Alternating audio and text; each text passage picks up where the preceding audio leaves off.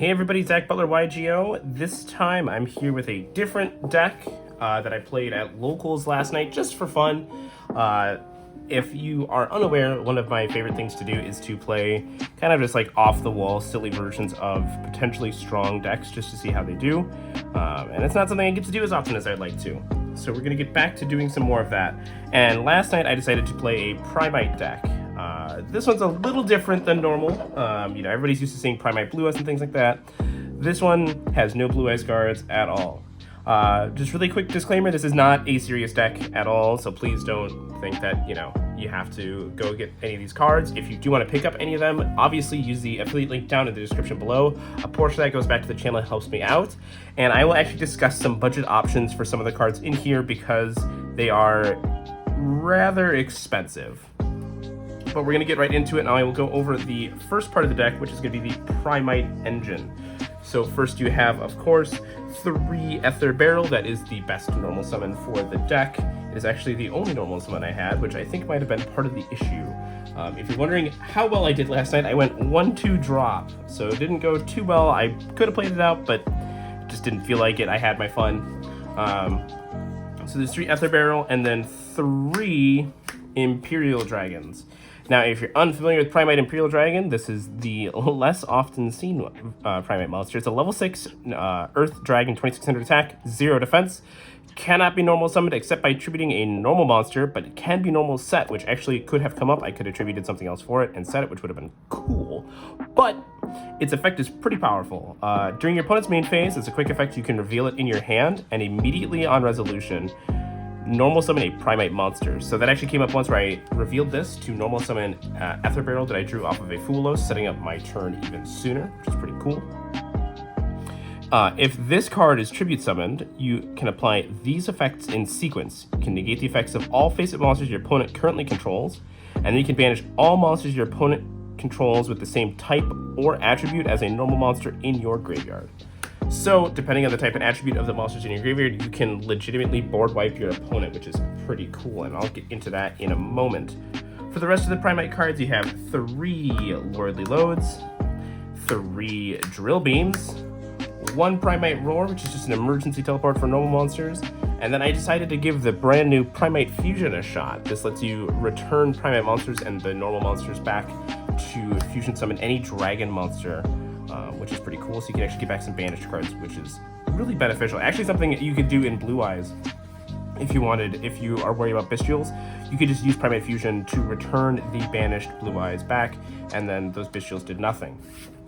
So for the normal monsters in the deck, there are 2 primary ones.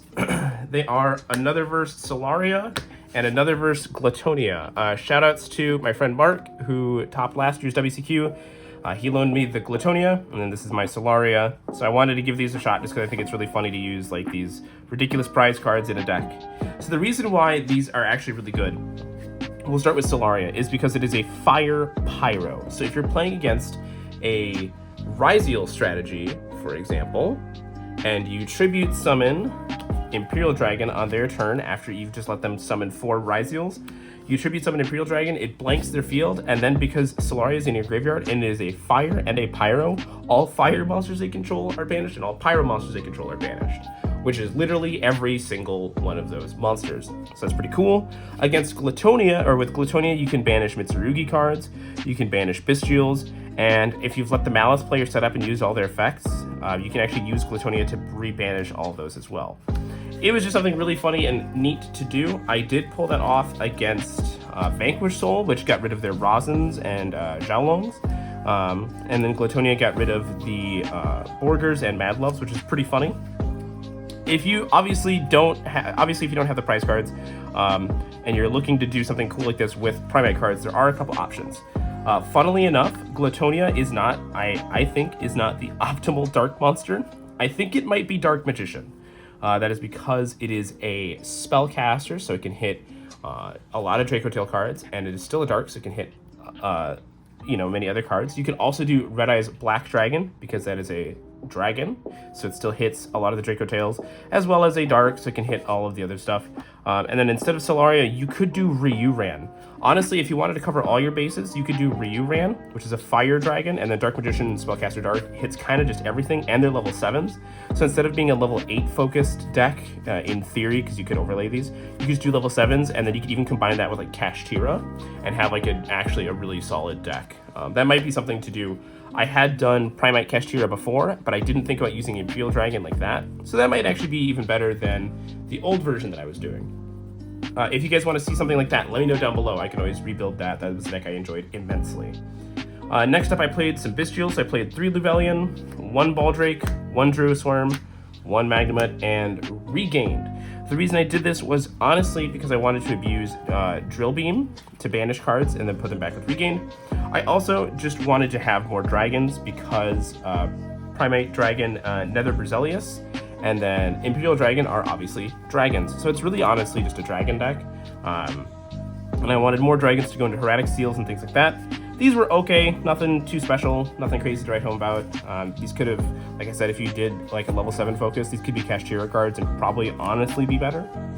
And then for non-engine, I played 3 Ash Blossoms, 3 Joel Mockbird, 3 Fuelos, and then 2 Effect Veilers, 2 Ghost Ogres, 2 Nibirus, 1 Psyframe Gear Gamma, 1 Driver, and Called by the Grave. So the Driver was really cool because it also covered the points of light, which is obviously really good. And if you ever played against Psychics, that could obviously be really beneficial there. It doesn't really happen, but it did come up where it being a light was really cool once. The reason why you see Ogre in the deck is because this beats the Vanquish Soul field spell. It means that if I open up with Ogre and Veiler, I don't have to Veiler the Mad Love and pray that they don't have like a Borger or a Caesar. I can just let the Mad Love resolve. They get the field spell, and then you Ogre the field spell, and now it's just gone. Nibiru was actually pretty solid, and I figured that a lot of times I'm going to be going second with this deck. I had thought, or just having extra copies of Nibiru would be good because it's obviously just like a blowout card, and this is a very grindy deck. It was okay. It kind of underperformed. Ogre was pretty solid. Veiler was just kind of there. Gamma Driver, I think came up once where I gammaed a Rosin and then summoned the Driver, banished them, and then on my turn I actually Primate Fusioned them back. I Primate Fusion back the Driver, which is really funny, and then I summoned it off of the copy of Lordly Load, so then I had a light to banish as well, which was really entertaining. So that was the main deck. I think it's like 41 cards. The extra deck is honestly really up in the air because it's you could play this as like a super poly deck. I decided to play Ultimate Slayer. So you have the 1 Nether Berzelius. If you're unfamiliar with Nether Berzelius, this card's really cool. It gains 1,000 attack for every normal monster you use in its fusion summon because it takes a Primate monster and then any number of normals. You negate the activated effects of monsters your opponent controls whose levels, ranks, or link ratings are less than or equal to the number of normal monsters on your field and graveyard. And then if this card is sent from the field to the graveyard, you can add a special summon 1 normal monster from your deck in defense. So that's pretty cool. I think I messed up like once where this died, I didn't summon. But it's honestly just a beat stick, and that was really cool. I think its negate effect came up like once and it was against Vanquish Soul where they couldn't use Rock because I had 1 normal. And then there's Natis, Garura, and I played Secretarian Dragon. This was just to originally I had Dark Magician in the deck, so that's what that was there for. And so if you had Dark Magician, you could just special summon this, which would be really cool.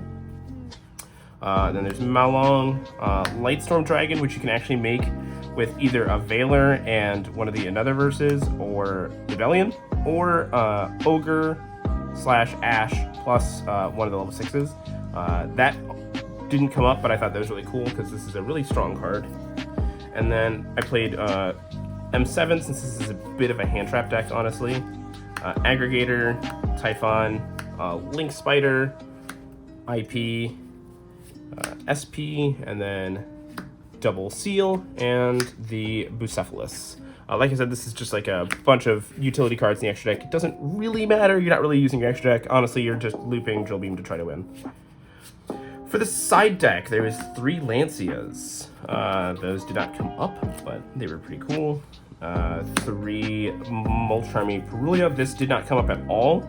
Obviously, in the next format, it's going to be really good, but if you don't have them, don't worry about it. This is like Primite Control is a deck where you can honestly get away with not playing Mulch Armies. And I can actually go into that kind of theory in a video as well. Let me know down below. 2 Lightning Storm and a Harpy's Feather Duster, of course. I love board breaker cards, and in a deck where you're playing drill beams and stuff like that, I figured they were really good. 3 Ultimate Slayers, again, siding into board breakers feels really good.